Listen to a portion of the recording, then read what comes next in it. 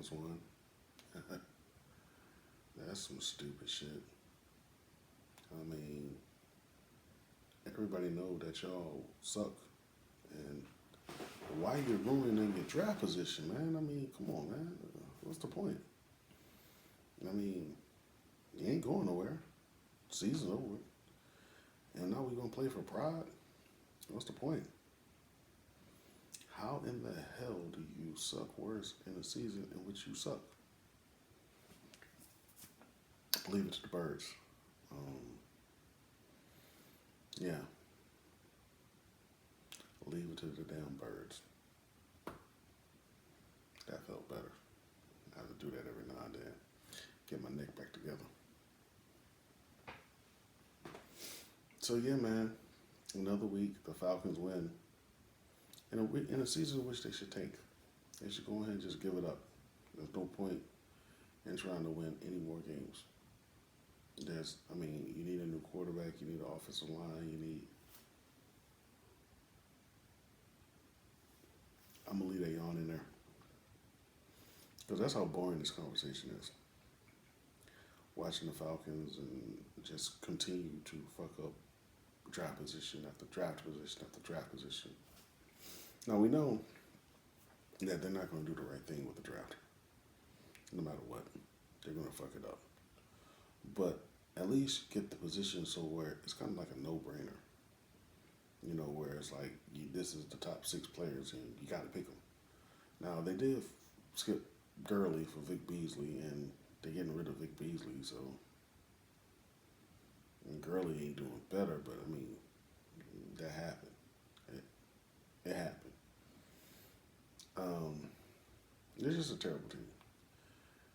Being out here cheering for him and seeing people cheer for him, I don't really cheer for him. I told you at the beginning, I'm not cheering for the Falcons. I'm not cheering for losers. I do not get on losers bandwagon unless I see like there's some type of progress and that everybody knows that your vision is to tank this year in hopes of getting better next year. Then I'll look for the bright spots on the team. But right now, I can tell you that even with the bright spots, this is just a terrible roster. It's a terrible situation. I mean, they're locked down for the next 7, 8, 9,000 years.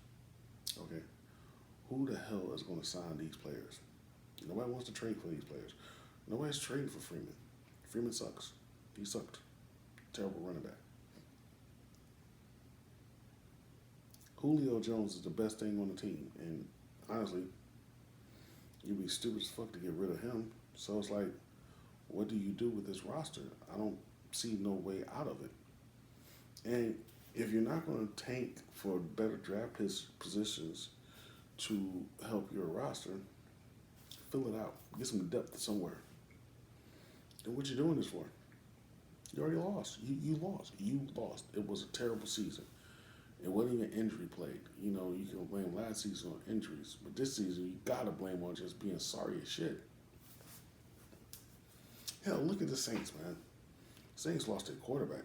Man, Drew Brees is a Hall of Famer quarterback, and they lost him for like 6 weeks straight, and they didn't miss a beat. And the Falcons didn't lose nobody of significance for that significant period of time. And they just kept losing every game. Boom, boom, boom, boom, boom, boom, boom. Lost. Just losing as team. It's terrible. Now, I told you before, I'm not getting on the college boys because they're young. They're trying to make a name for themselves, and sometimes I can tell you from experience,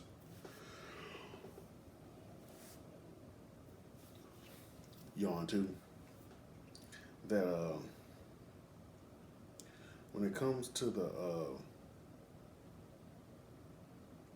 college boys in Georgia, Georgia will keep a weak ass coach for years. Look at Mark Richt.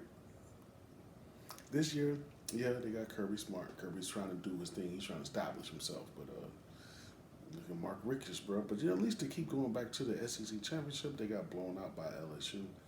Bad look on them. But I mean, you got back. You know, you keep going to the LCC championships. That's a good thing.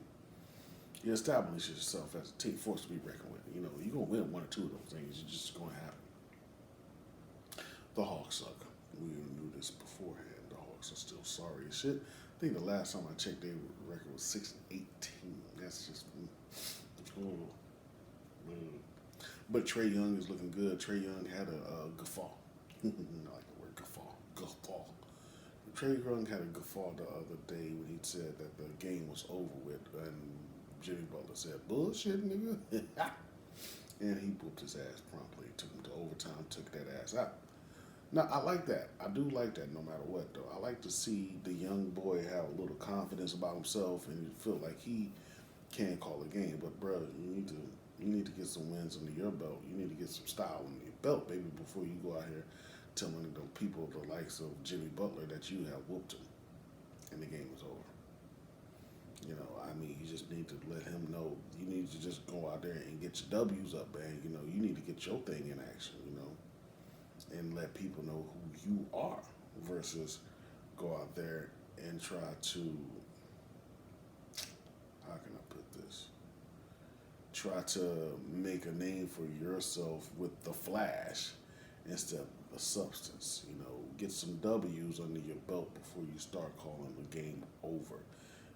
That's some real ballsy stuff. And there's nothing wrong with having balls and confidence and cojones, you know, if you will. Gravitas, some would say. The point is, look, don't be goddamn trying to goddamn say you the motherfucking man and you ain't the motherfucking man. You a boy. You's a little boy right now. But you want to bark and you letting the cats know you going to bark. And that's what's up. But you got to back that bark up. You can't, you see, now you got one under your belt. You see what I'm saying? And it's an L. Of all the losses they had last year and this year, this is the one that is like sticks out. Going to always stick out the most because it's the one you called. You said, hey man, the game was over. And it's like, you ain't that nigga yet, bro. And most of the time, if you look at any player, is that dude. He don't call games beforehand. He's like, yo, man, play to win. You gotta play to the end. Then, after I don't whoop your ass, yeah, game over. Even the most, how do they do that comebacks? You usually start from somebody being proclaiming a victory, and before victory has been, completely accepted by everybody. So, Trae Young got to catch up on that. But other than that, man, my fantasy team, I'm out of the playoffs. And what do you expect, I'm tired of shit right now. I'm trying to push this shit for a couple more minutes, but I don't know if I'm going to make the 10 mark. I'm at like 8 now, so I've been thinking about doing a new thing with the channel because, I'm just trying to make sure I do some stuff. I want to talk about the gambling, because I think that I can really make some money gambling. I am not going to gamble. What I will do is probably set up some parameters on what constitutes my gambling. I probably just act like I'm about to gamble. Because for some reason, with me, as real as it gets, when I'm not putting no money on it, I can call it.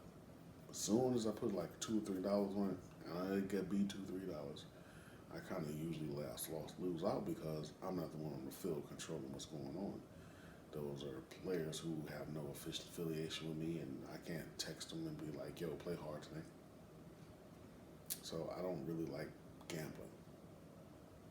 But I know a lot of y'all do who watch sports, so what I want to do is look onto mybookie.com and just, show you the odds and everything. It's just something I'm thinking about. It will come around next year.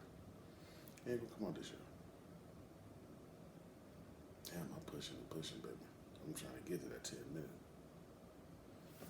What is that? Ooh, I got sucker go. But that's about all, man. Still it all sucks. The sport sucks. I didn't hear about the Braves doing nothing during the winter meetings as usual. No Atlanta team does anything when it comes to making a splashy anything splashy. It's like literally like, yo, we ain't got no water, so we don't splash. Atlanta's a landlocked city, so splash is just not in our style. That's that Savannah shit. That's that Augusta shit. They make a splash. We don't splash in Atlanta. In which we wind up losing steadfastly too. I mean, it's like keep losing streak. going, baby. You know, and because I'm tired, that's gonna be the end of this joint. Peace out, people.